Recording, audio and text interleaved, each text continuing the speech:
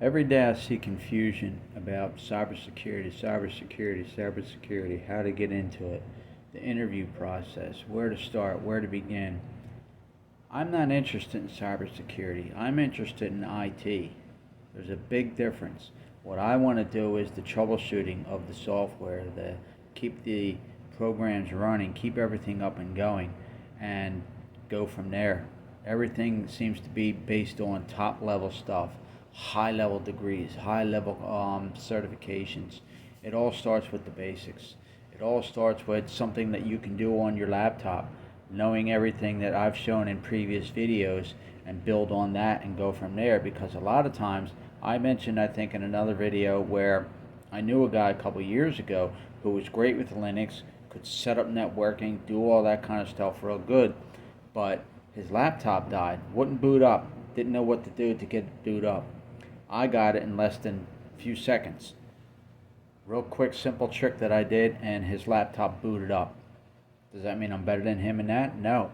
But you might be good at all these degrees, all these high level certifications and stuff, but if your laptop dies, what good are you? You don't know how to boot it up. You don't know how to do this. If it freezes up or it does something different, what are you going to do?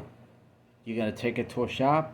He took his to a shop because he had something else going on or something like that. And he dropped it off, and he was going to wait a couple days to get it back and go from there. But got to know them basics. Watch my earlier videos and go through the process of learning all that stuff, how to do simple things. It'll save you a lot of money, a lot of time, and you'll learn some skills doing that kind of thing, and you'll feel pretty good about it when things go right and you get it up and running and go from there. Daily checks, do your virus scans, check your updates. After you do your updates, what I always do is, because they like to install things, some bloatware and stuff like that, I've noticed that when you go and you click on the Windows icon in the bottom left corner, and you'll see things pop up, and you'll go from there, and you scroll down, and you'll see things, and they added something. So you go ahead and uninstall that or terminate that or whatever and go from there. But learn these basic things, and you'll do a whole lot better in the future. As far as the start of the video, where everybody wants to get into cybersecurity, everybody wants to be a hacker. They all want to be a hacker. Like it's a, it's become a rock star kind of status, but they don't want to put the time in. They just want to watch a few videos, see how do I hack Facebook, how do I hack Instagram, how do I do this, and how do I do that and do that. It's a lot of time and process to go through a lot of this kind of stuff and learn this kind of stuff, and you basically have to do it hands on. You have to go through these processes. Biggest thing with getting into IT, like I want to get into, is know where you want to get into, know what you want to get into, and go from there. Research it, see what it takes to get into something like system admin or network admin or help desk, or these are a lot of the big ones that are in there, and go from there and see what they want to do and what they're looking for. A lot of the things are looking for certifications, A plus, Network plus, Security plus. Go from there and build on that. Everybody recommends that they get into the A plus, and that's great. I hopefully will get the A plus. I'd like to get it soon, but these things go by so fast every 3 years, and if you got a lot of things going on in your life and stuff like that, it's kind of hard to study for. I recently got a book, Network Plus book, the latest one, that the author sent me a free copy, signed it, and put a nice little note in it, nice little message in it, and sent it to me. And I got to start reading that. I'm going to focus on reading that all weekend long.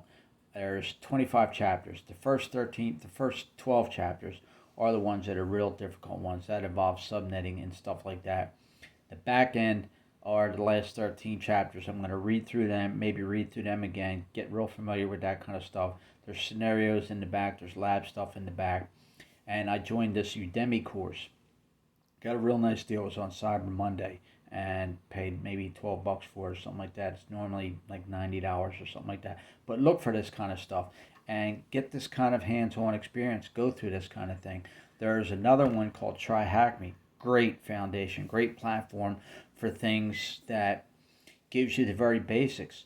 You get to actually use a machine, a Linux machine, on the site, and it goes through and it tells you, okay, try this, and you see step by step how it works, what it looks for, and stuff like that. Because it's my understanding that on these tests, these A plus tests, these Security Plus, Network Plus tests, there are screens that they show sometimes, and they'll ask you, okay, well, what's going on here, or what are you doing here, or when you look at that screen, if you've never seen that screen before, it may be a simple screen, simple things that you can do on your laptop, like SFC /scan now, and it checks for bad files and stuff like that, corrupted files, and Microsoft will fix it. It goes through it and lets you know if there's any bad files and stuff like that. There's ipconfig /flush DNS things, and what happens with that is if you keep having internet connection problems, Wi-Fi connection problems, and stuff like that, many of the times that's a simple fix. You just do that kind of thing. Most of the times you can reboot it and it'll set. You can disconnect the Wi-Fi, reconnect the Wi-Fi. Sometimes you go to Device Manager, you look for the driver that's in that, and sometimes you can disable it, enable it. You can uninstall it, reinstall it, reboot the computer, and it'll update the software from there. Little things like that. But these screens, they'll come up and you'll look at it and be like, I don't know what I'm looking at. And just go from there and learn what these screens are, and try to get ahead of things, because technology is so wide out there with what you can do with it and stuff like that. Don't be afraid. It's like, well, I don't have this, I don't have that, and I don't know how to hack, and I don't know how to do this, or I can't set up this. Doesn't matter. Eventually, you'll learn. It's a process and stuff like that. Like right now, I'm getting really into to try hack me stuff. I'm in the top 5%. A lot of people are real big on that kind of thing. I'm not so much on that.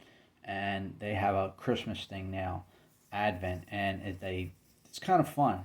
It's a fun little thing you do every single day, and they give you steps and stuff like that. But you actually see what's going on when they tell you, okay, you open up the Linux terminal, and it'll tell you, okay, type in this. Here's your IP address. Run a scan on this IP address, or run this, or type this in, and it gives you an idea of what these screens look like. These are real life things that these people are doing in real workplaces. They're running these kind of scans. They're doing this kind of tools and stuff like that on these machines in real work labs and stuff. So you learn all this kind of thing and everything like that. But for those who don't know what to do, or are nervous to get into IT or anything like that, what is it that you want to do? If it's just simple stuff and everything like that, like what I want to do is I'm trying to start a business where I troubleshoot laptops and stuff like that, and try to show people how to fix things, and that's why my YouTube channel is up and doing what I want to do on that, and show people how to do simple do-it-yourself stuff. It's not magic or anything like that, and save them some money and time instead of going to a shop paying $100, maybe wait 3-4 days before they get their laptop back. And it's something like, oh, okay, I can do this. They go ahead and, like a couple things I just mentioned, and if they're with the Wi-Fi issue or something like that, it's couple simple tricks, couple moves around on your laptop and stuff like that, and boom, you can fix it yourself. You just saved yourself $80 and a day or two without your laptop. So think about it. Think about what you want to do, and go from there.